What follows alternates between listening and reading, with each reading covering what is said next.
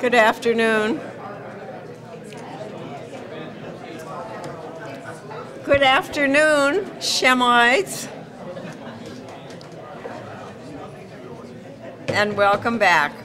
Welcome back to our fifth luncheon of the fall semester. And I'm not going to give you any clues, but I can tell you that we are working on second semester, and you'll be just as pleased as you have been. And we hope to see all of you back and more in the spring semester. But we do have one more after today.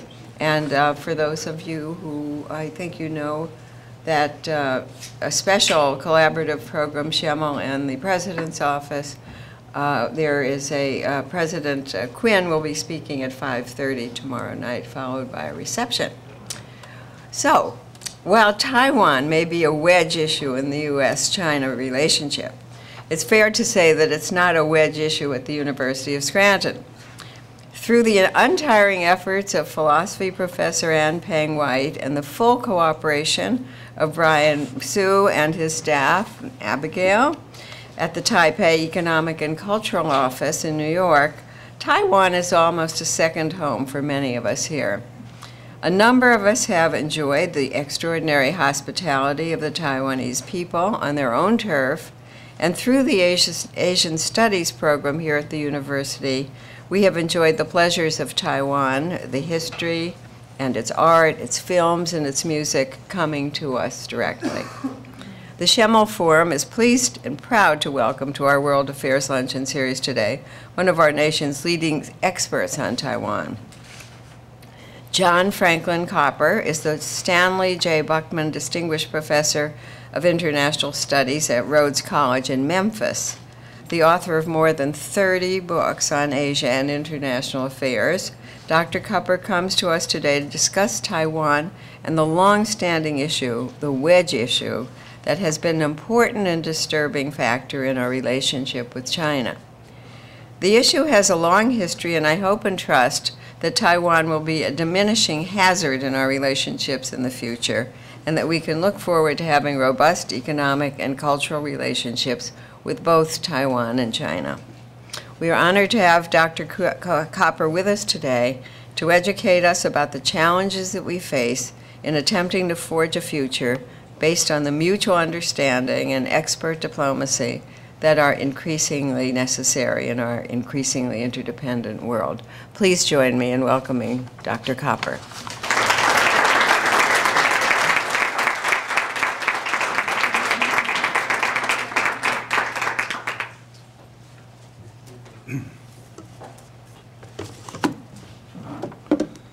Thank you, Sandra, for that kind introduction. At Rhodes College, where I spent a number of years teaching, I often was called on to speak to various local groups. One recently, when I was talking, there was a lady in the back of the room that seemed to, I thought, was liking what I was saying. Anyway, when I was finished, she came up to the podium and she said to me, "Sir, your talk was absolutely superfluous." I couldn't think quickly to reply to that. She said, then, you know, you're going to have to get this published. And then I thought, I said, "Ma'am, I'm going to posthumously." She said, "Well, I hope that's soon."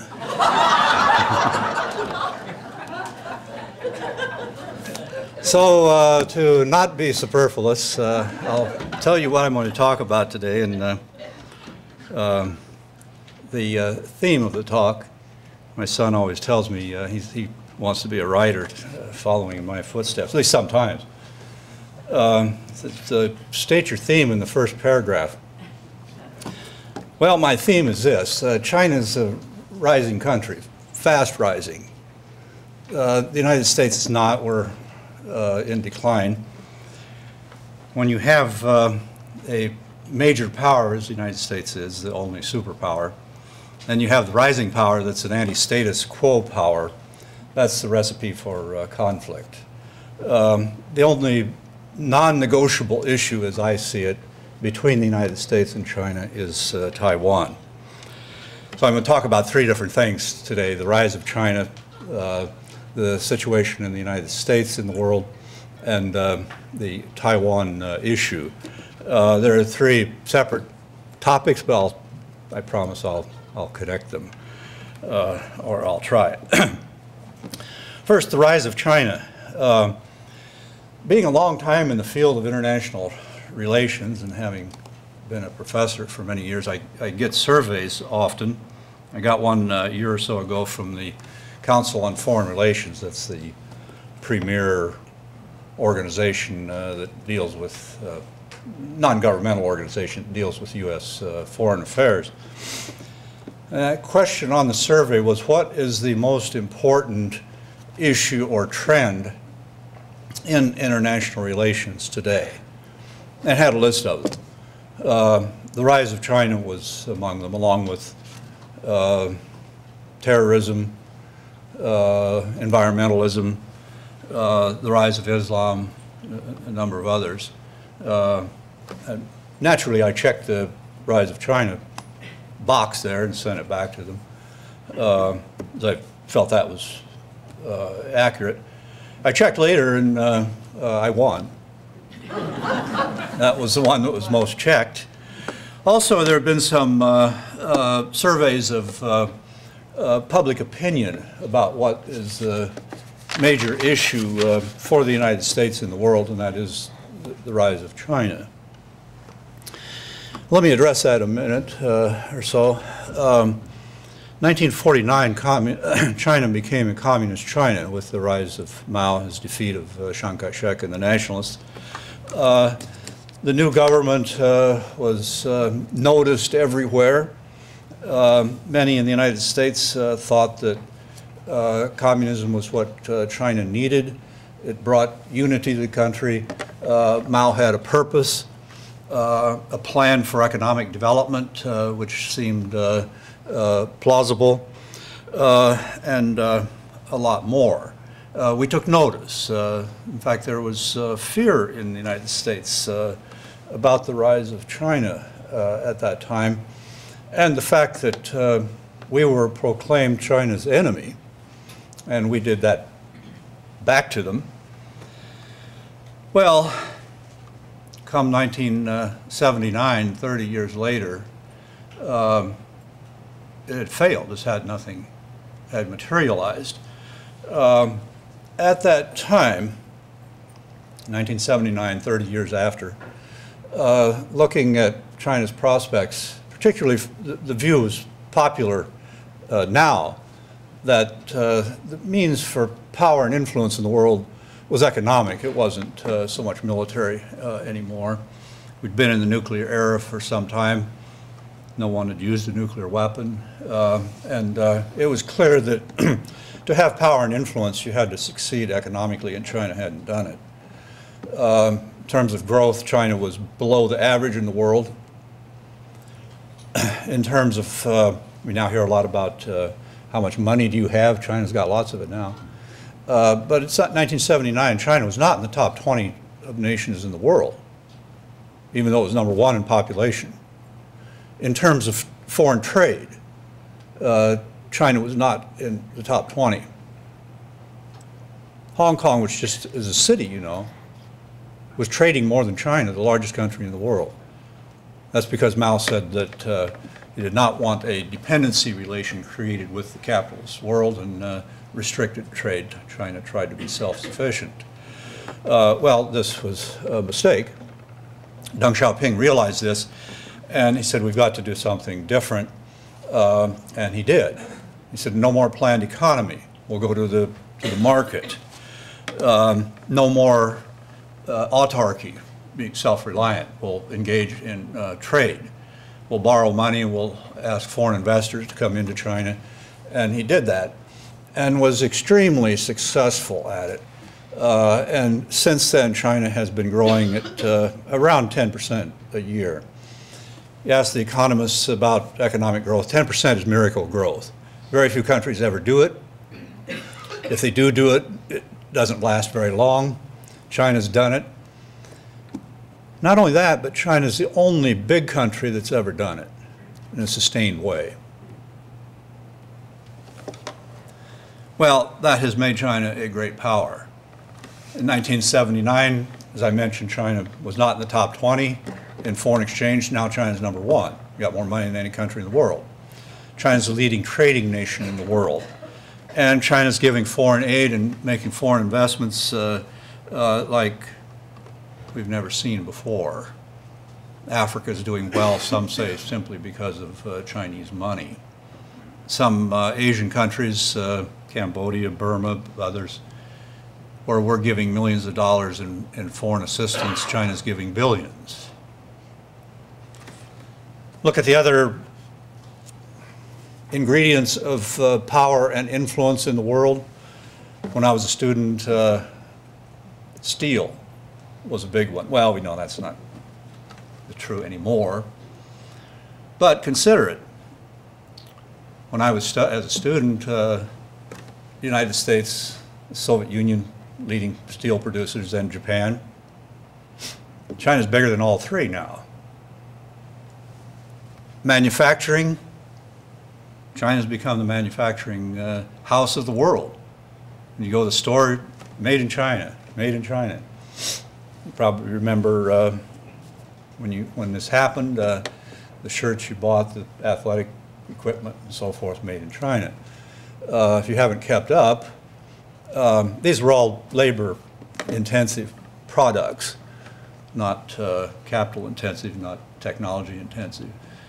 Now the top items that China exports to the United States are high-tech things, TVs, computers, all of this kind of thing. China's not only caught on to copying them and building them, but going much further than that. The supercomputers, China's got the best one in the world, or did. Japan, the United States, and China sort of trade off on who's got the biggest one, but not long ago China had the fastest one. A couple of ingredients to projecting how successful a country will be, how influential, how powerful. Patents and the production of scientific articles, publications. China's number 1 in the world now. We've passed the United States. They're probably going to beat us in a space race. And I tell my students when I want to deliberately provoke them that I have them read a book called When China Rules the World. And I tell them one item on this agenda is that China will prohibit the speaking of English in public. I don't think that will happen. But Chinese is contending for as a global language, that is clear. And the Chinese political system, we think that democracy is the best form of government. China's challenging that now in what's called the Beijing Consensus.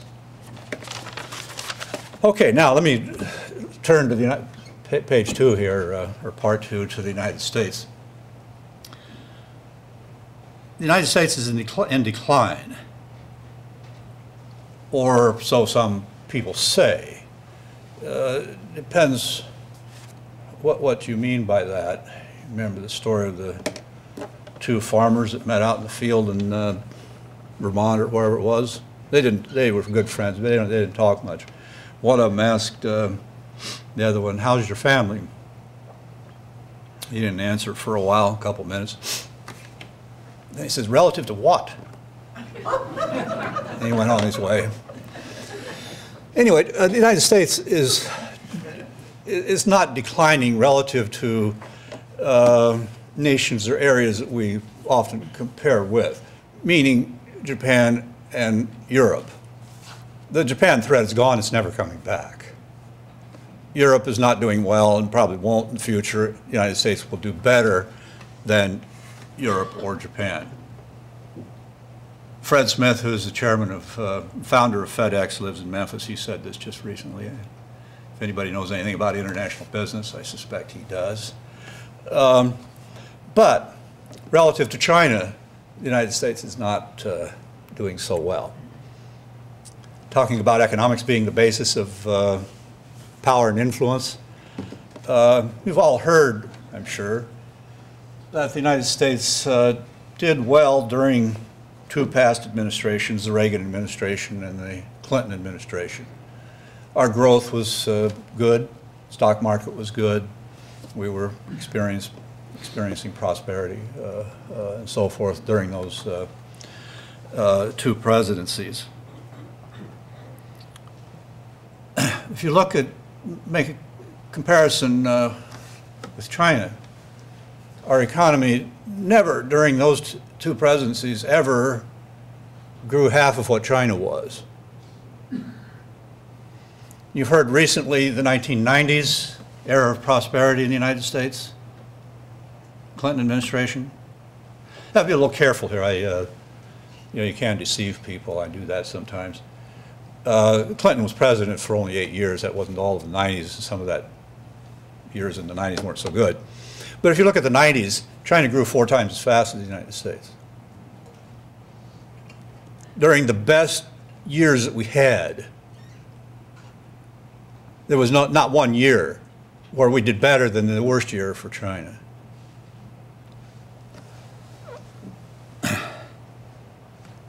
Well, what all does that mean? Bringing it up to date, the problem's gotten worse because in the last 2 administrations, my friend in political science always tells me, don't say anything bad about George Bush, half the people in the United States won't like you. Don't say anything bad about Barack Obama, the other half won't like you. We're very polarized.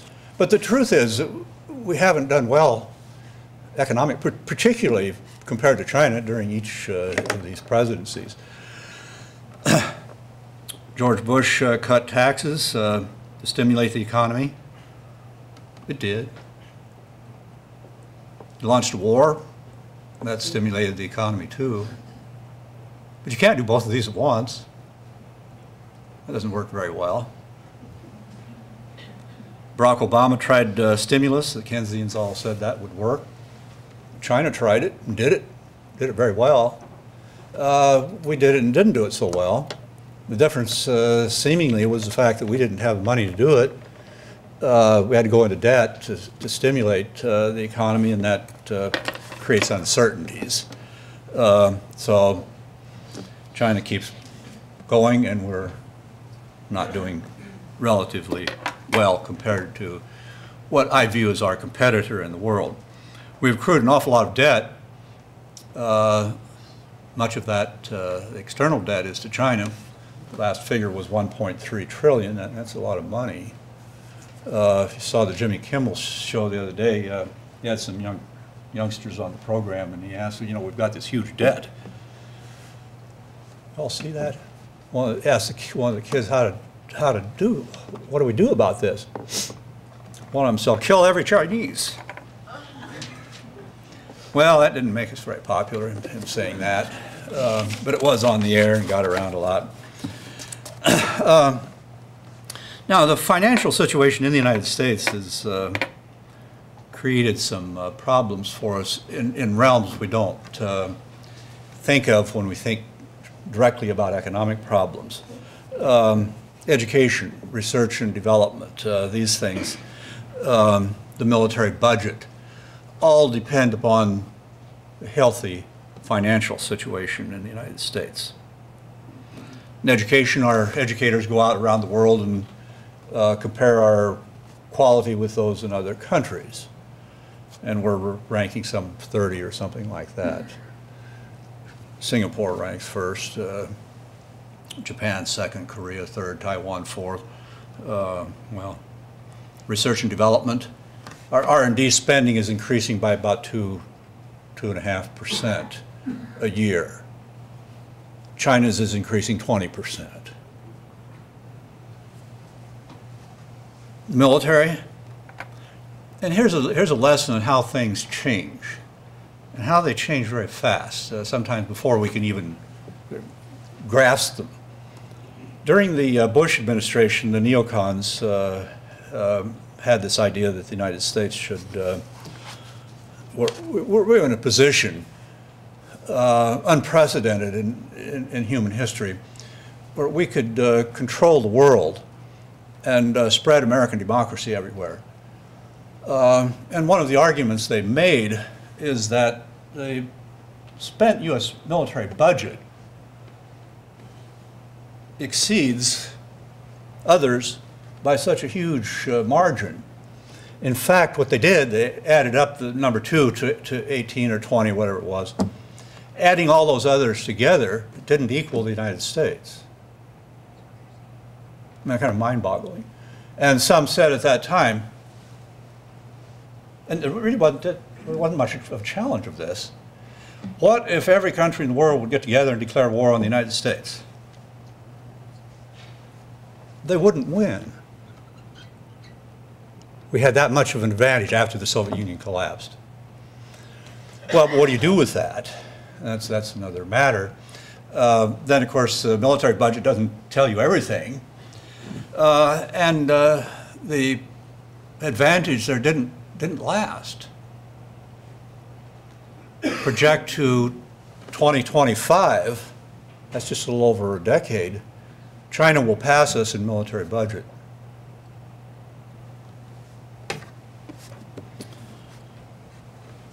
Then there's the question of Americans. I may make some people upset when I say this, my students sometimes do. Americans think their political system is better than any on earth, our Constitution, our democracy. That's what's made us strong and what's made us the foremost nation in the world. That's being questioned now. You look at the paper today, well, this is online. Popularity of Congress has gone to single digits. Faith in the United States government has fallen 20 points in the last 7 or 8 years. Now, we're not alone in this. It's happened in Europe, it's happened in Japan. This does go in cycles, but it's something that we have to be concerned about. Former President Jimmy Carter said the United States is no longer a functioning democracy. You have to take his words seriously, I think. Anyway, now part 3. I want to get to Taiwan here, finally. Taiwan is the issue that the United States and China cannot deal with. It's a non-negotiable issue. There is no other issue of that nature in the U.S.-China relationship. Some say it's a spark that will cause a war between the United States and China. And those people who deal with strategic issues, matters of war and military thing, they use the term flashpoint. Flashpoint has a good, useful definition. It's a place where a war between 2 or more countries using weapons of mass destruction might occur. And they keep a list of flashpoints all the time. And Taiwan Strait is number 1. Number 2 is the Korean Peninsula. Number 3 is the South China Sea. Now you say, well, why isn't it in the Middle East? You've got conflict there all the time. Well, it's because you don't have weapons of mass destruction there. Iran's building them, but even if they do, if they announce they've got it, it'll take a while before they have a stockpile, which makes it meaningful. Israel supposedly has nuclear weapons, but they've never tested one. And do their military commanders want to go to war using a weapon that's never been tested?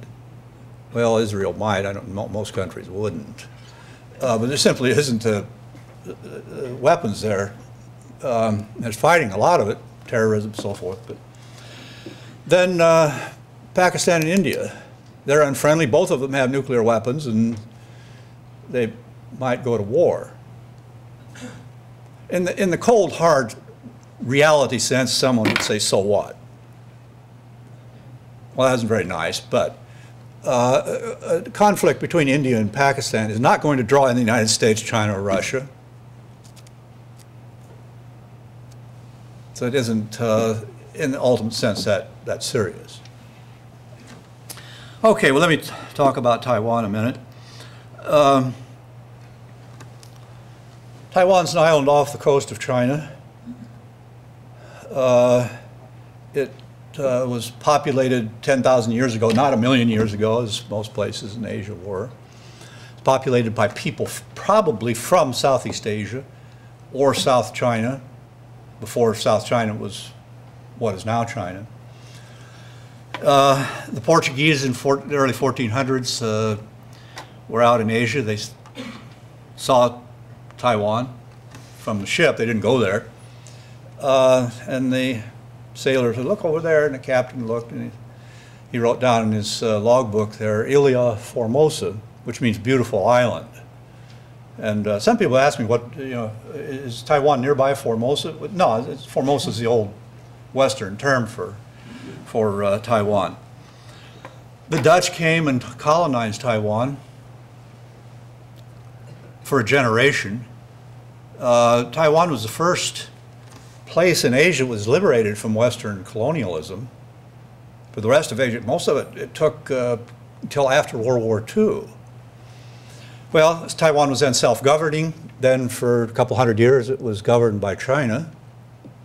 At a time when China was not self-governing, it was ruled by the Manchus, the people up in the northeast who are not Chinese. Then Japan got it as a result of a war with China over Korea. Taiwan was the spoils of the war. During World War II, FDR was close to Chiang Kai-shek and thought that he was contributing to the war effort in a major way, keeping the Japanese troops tied down elsewhere rather than fighting our troops in the Pacific, and promised, therefore, that Taiwan would be returned to China after the war, which it was. But then 4 years later, the Civil War, there was a civil war in the meantime in China. Mao won it. Chiang Kai-shek had to flee to Taiwan, which he did, and this then separated the two. They've been separate ever since. It's a place that to China they've not liberated yet. They tried in 1950, the onset of the Korean War, bad timing. President Truman sent the 7th Fleet to stop this. We had a couple conflicts over what's called the offshore islands crises. If you study history, you've heard of those. Two islands that the nationalists kept. The communists didn't liberate it in '49. They stayed in the hands of the nationalists, and Mao said he was going to get them back, and the United States helped Chiang Kai-shek keep them. Quemoy and Matsu. In Tennessee, I heard a story of this two guys running for office there, and for something, and someone asked them, the senator, governor, somebody, what about Quemoy and Matsu? And he got them mixed up. He thought he was talking about these two guys. He said, I'll find a position for them. In the 60s, Taiwan went through really tremendous change. And I have to think always when I talk about this, when I was in college, my economics development professor said, there's 3 groups of nations in the world: the developed countries, the countries that are developing or have some good prospects for it, and then there's Kissinger used the term basket case, and Taiwan was a basket case. Why would you say that? Well, the land to population ratio was very bad. Taiwan is more crowded than China or Japan or almost anywhere. Density of population. Second, resources. Taiwan doesn't have any. They're meaningful. No energy, no gold, no silver, none of these things. Third, had no capital. And fourth, the government was discredited. mean, you lose a civil war, I mean, that hurts your credibility a bit, one would say. So Taiwan had no hope. Then I was out there in the 60s, just at the start of Taiwan's boom. It was a poor country. Girls were coming out of the countryside to work in the textile mills for $5 a month. The country was just starting. Now when I figure my budget when I go to Taiwan, I just have to figure hotels, taxi, even double here or more. The country has boomed. In fact, it's a model of economic growth. And that transformed the society. Also, some say that economic growth produces democracy. Well, it does, a certain kind, particularly if you work hard and earn it, and it's growth with equity, which Taiwan was. Everybody benefited from it, created a middle class, and created a democratic political system. And we helped. It's Taiwan, you imagine a small country that's about a fourth of the size of one of our average states, sent more foreign students to the United States than any country in the world for a long time. And they would come back and say, you know, want a position in government.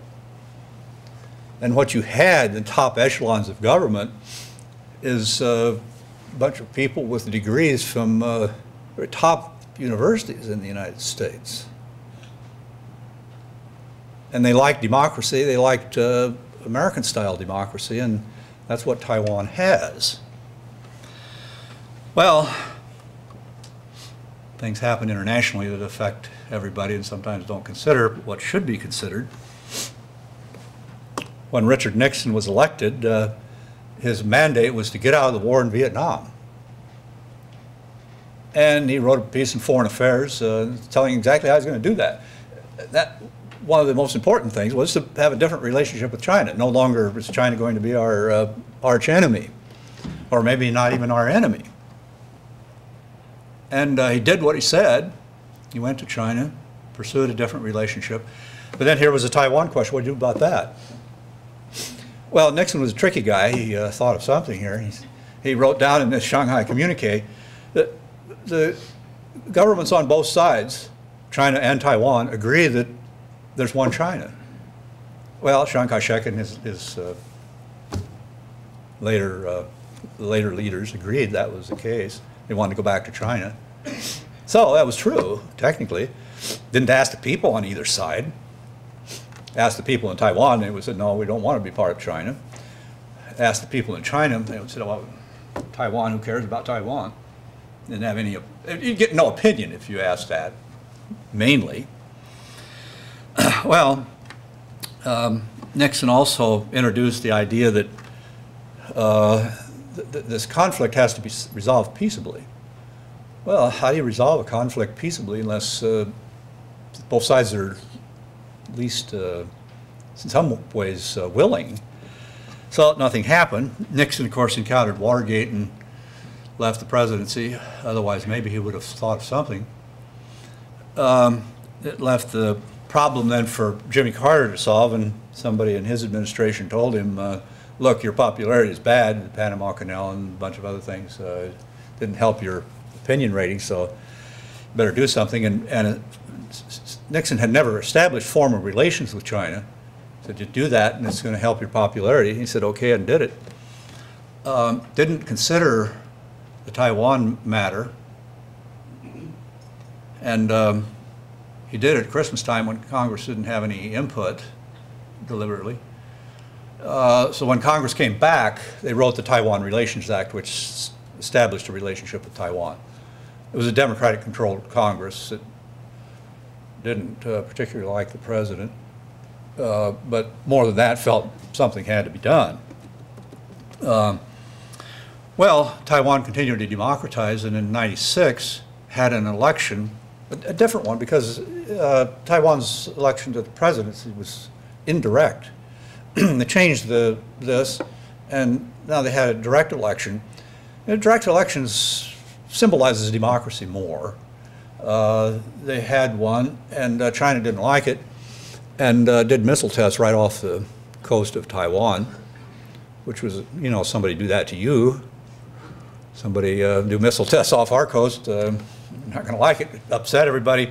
The United States intervened with aircraft carriers, and there was a showdown with China over this. It managed to pass, but it probably was the biggest crisis in the world since Cuba. So here you had two big powers talking about going to war. Top general in China said, you know, to the United States, is this really worth it to you? We'll nuke Los Angeles. Think about it. Is it worth it? Well, we did protect Taiwan. Now the question is, will we continue to do this? China's still rising. The Obama administration has announced what's called the Asian pivot. Well, Secretary of State Clinton announced it a year and a half ago or so. Our policy is changing. For a long time, many policy wonks of people that are thinking about what are we doing were saying, what are we doing in the Middle East? They've been fighting there for a long, long time. Where are we going to solve anything? We're spending our energy, our money, our lives, and so forth. We need to get out of there and go to Asia, where there's something important going on. And that was the basis for the Asian pivot. Now, question is, what's to come of this? It isn't certain. It's still up in the air. Is the Asian pivot mainly military, or is it partly economic? It seems to be both. The term actually has been changed to Asian rebalance. Whether that's watering it down or not, I don't know. It's a matter of semantics. But what role does Taiwan play in all of this? Well, there's a port on Taiwan's west coast called Suao. From that port, if you use it for submarines, you go out just a little bit. You're in very, very deep water in the Pacific Ocean. The submarine goes there, you can't track it. It can go from there to right off the coast of the United States without being detected. That port is one that China would like to have, and which, if they do have, would threaten the United States. Another matter is Taiwan democracy. We created it. We're going to let it go down the tubes? Interesting question. Then Taiwan has been important to us. If we don't continue our relationship with Taiwan, what are other countries in Asia supposed to think? Well, they're going to think we're not a very reliable ally, and then the Asian pivot isn't likely to work so well. Maybe not at all. Well, I think I've gone overtime here a bit. So let me... Yeah. Just a minute. To summarize, the question is, you got a superpower that's status quo, a rising power that's challenging, and you've got a problem that can result in serious difficulties, maybe war between the two countries. A couple of colleagues of mine asked me to write on, they're doing a text on international relations and globalization, and there's a pro con of all these issues, and my duty was to write on the China question and whether there would be a conflict with the United States. And they specifically asked me to answer yes. There's going to be a war, was essentially what I was writing about. Well, I asked them, I said, now, do I get to define war the way I want it? Because many people think of war as a nuclear exchange or something like that. That's old thinking. There's many other things to worry about. My contention is that it's not really a question of whether we're going to war with China or not. We're already at war. There's a trade war, there's a currency war, there's a spy war, there's a cyber war. China's our major challenge in all of these. So in a sense, we're we're already at war. Also, what's happened in the world is the other powers that might contend with the United States are not. Japan is not. Europe is not. Their militaries are weak, their economies are weak, demographically they have problems. Russia's got, in some ways, more serious problems. The countries, the rising countries, India, Brazil, Indonesia, are all a fraction of China in terms of power and influence. So there are two powers in the world, the United States and China.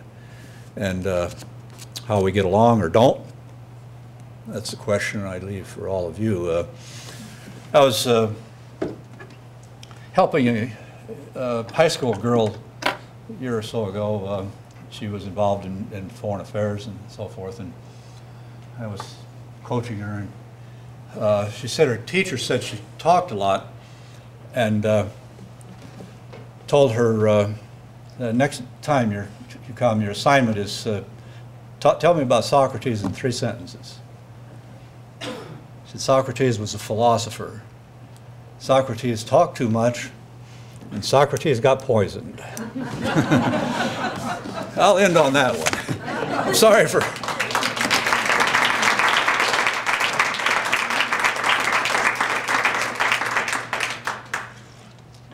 Questions and comments?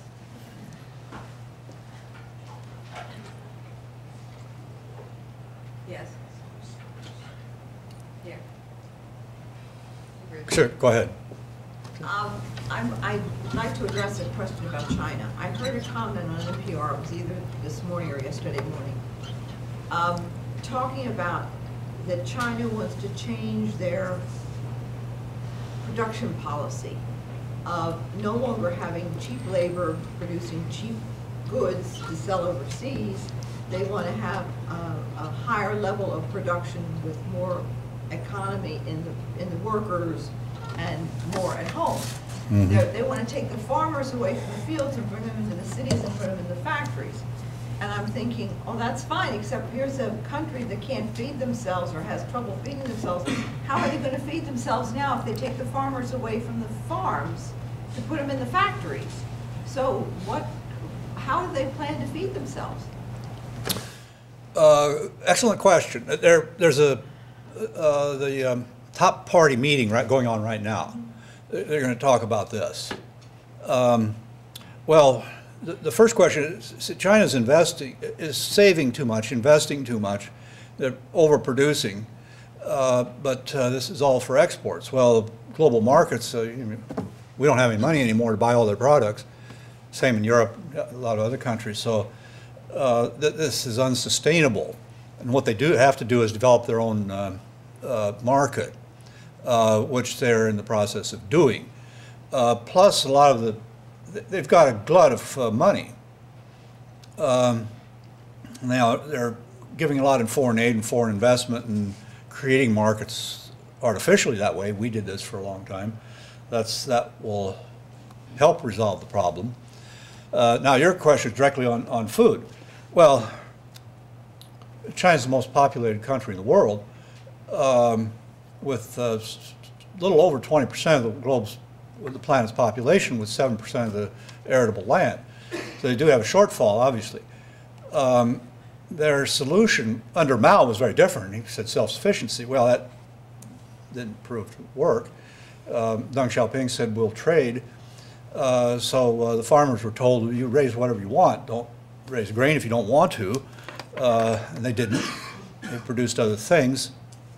Agriculture flourished.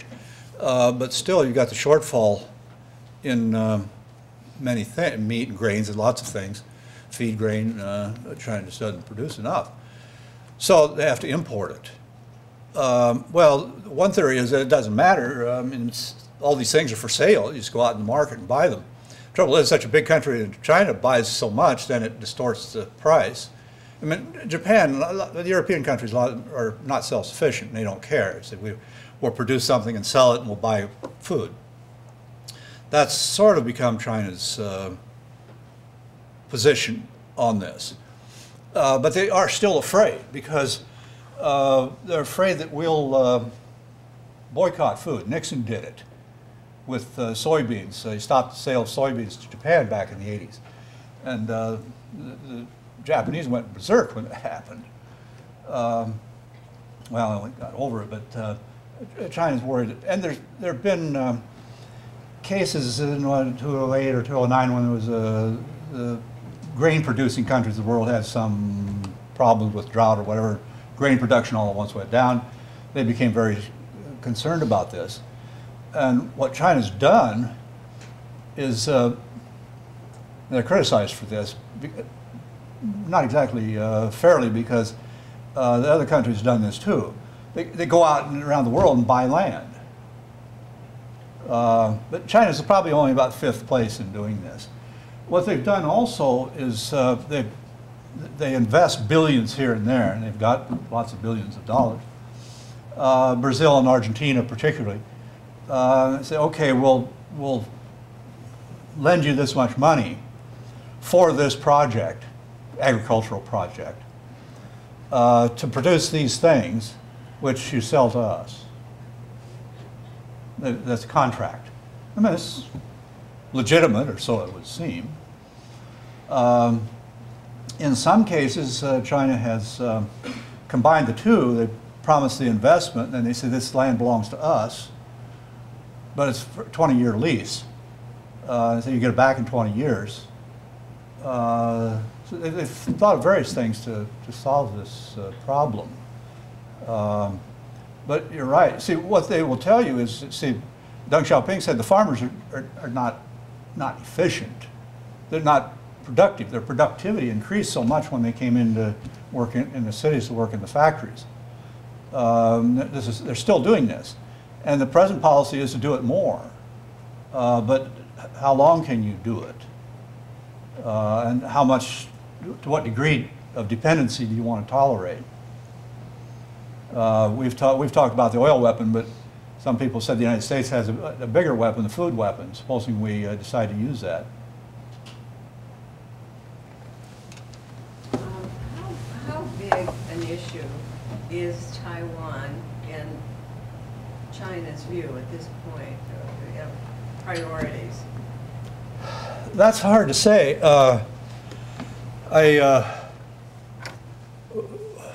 One time when I was in China, I really upset an audience when I said it's my belief that China doesn't want Taiwan. Well, I said, before you get, you want to shoot me, let me qualify that. China does not want Taiwan back immediately. It would be a big problem if China were to recover Taiwan quickly. It would make everybody in the United States angry. It would upset lots of people. Then what do they do with it?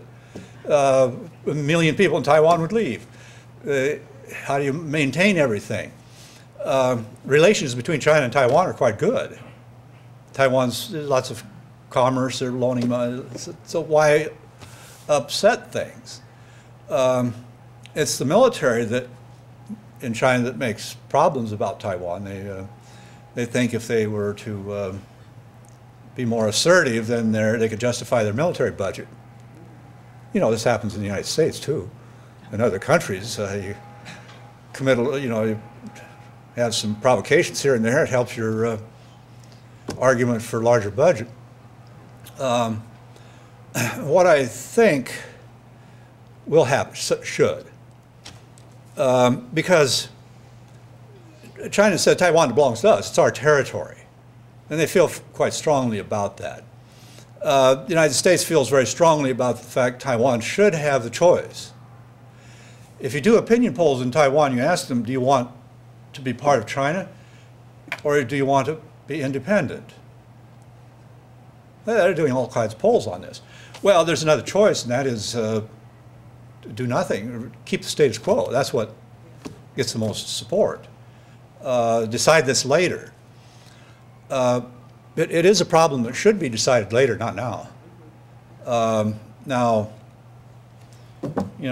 delaying doing things is not the best policy often. Maybe not in this, but sometimes it is. And it may be, if you think 10 years is a long time to think ahead in world affairs. But you think ahead 10 years, it may be that almost everybody in Taiwan wants to be part of China. Or maybe 10 years from now, it doesn't matter. I mean, if Taiwan wants to be independent, China won't care. It's hard to say. It's almost impossible to really conceive of these two things, but 10 years can make a lot of difference. Certainly in 10 years it won't be such an explosive issue, I guess. But it doesn't, I mean, I think it doesn't seem like it's a terribly explosive issue now. No, it's calmed down in the last few years. Part of that is because the government in Taiwan has deliberately tried to play it down, but in China too. Also, because there are other things that are causing more excitement and more tension. So it's not the worst of No, it could be. relations. Yeah, it could be worse. Yeah. The Korean situation and the South China Sea are both, and the North China Sea too, they're all explosive now. Any more questions? Yes. Yeah, just one, you know, earlier this summer there was a ship intercepted in the Panama Canal, basically trading sugar from Cuba for aircraft parts that had been refurbished from North Korea. You know, I look at, you know, maybe 30 years ago, we might have gone to war over such a thing.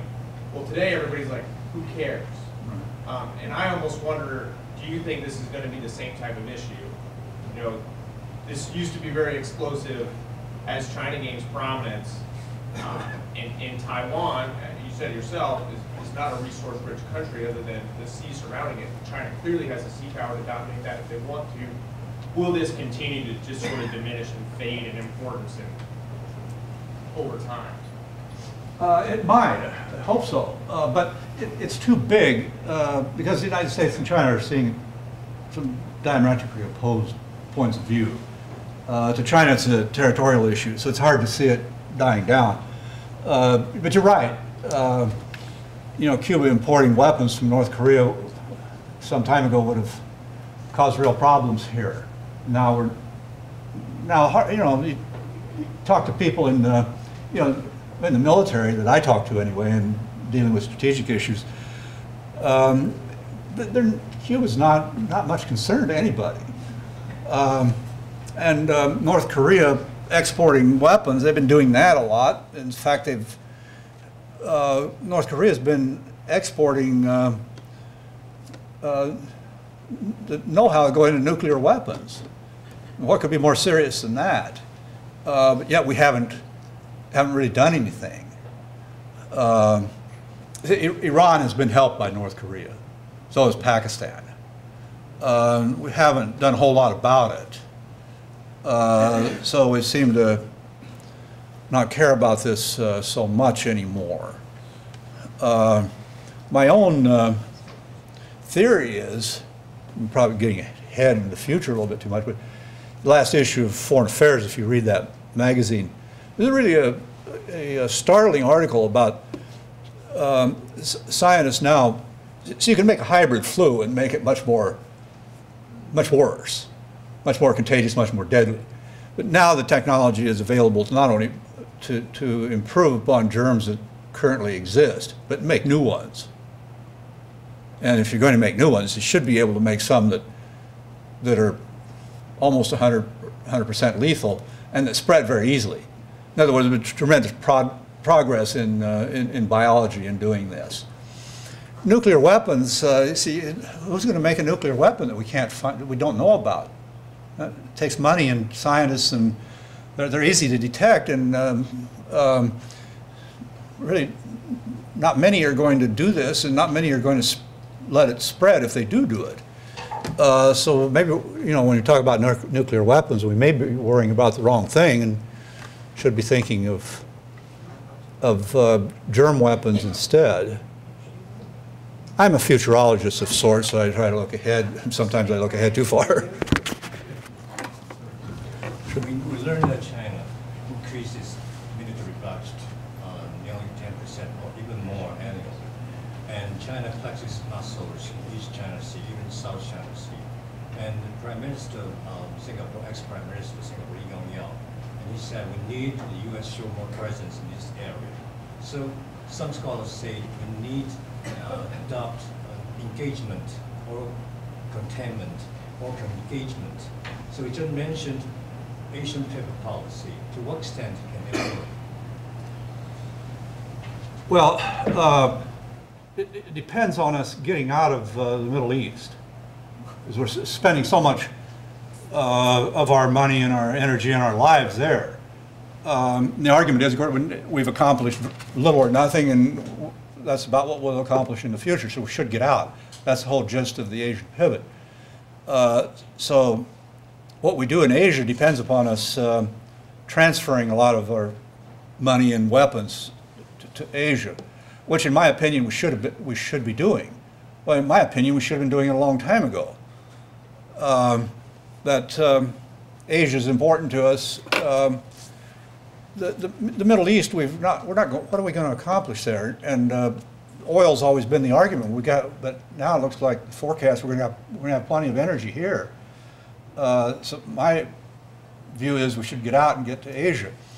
But still, we got the problem of how much money this is going to cost. And what we need to do is, the Asian pivot to me is kind of a balance of power plan. We line with Japan and with ASEAN and with India, and they pay for a lot of this.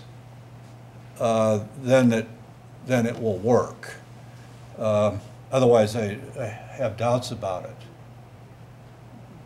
Sure. Do you think the fact that China's wealth could be attributed to the fact that they're not covered by any social programs, and the fact that they don't have democracy, they can get dam projects done before we can finish building the World Trade Center again? Oh yes, definitely. When China made the transition from Mao to Deng, China had what you would call universal health care. Didn't amount to much, but in theory at least, and pretty much in practice, everybody got medical treatment. Government provided it. Well, when the Mao period ended, that ended.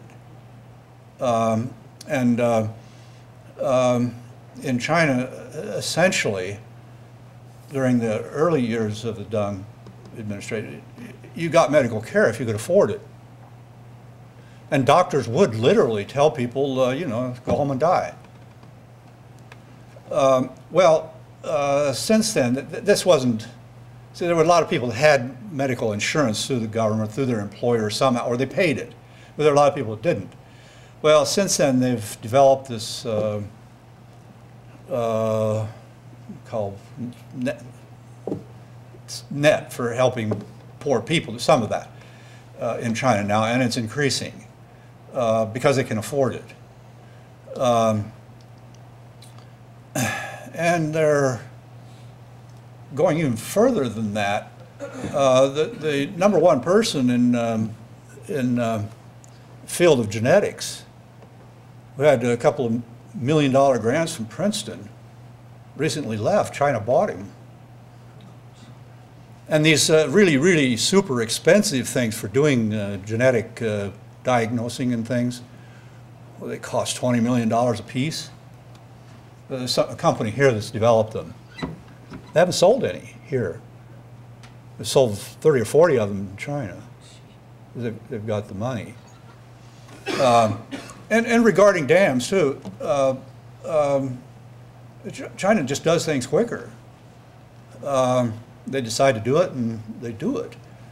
It's a double-edged sword because they're helping deal with global warming. They're helping countries that are poor have electricity, create environmental problems along with that. But it is very true that when they do things, build in China or elsewhere, and the two biggest construction companies in the world are Chinese. They're taking a lot of business away from companies here and in Europe simply because they're faster, they're cheaper. We think of China having cheap labor. Of course it does. But labor costs have increased 20-some% a year, so that the price differential between the United States and China, which used to be 100-fold, is now only 15 or 20-fold, which means in some things that we can, because of other factors, labor cost isn't the only factor in things. Actually, when in manufacturing, the big advantage to China is not labor cost, it's capital cost. Because China has so much money. Interest rate on it is very low. Here, it's harder to, if you want to make a startup or expand your company, it's harder to get the capital to do that. So China can do this easier and faster than we do it. Any other questions? I guess not. Well, thank you. You've answered enough. You've answered a lot.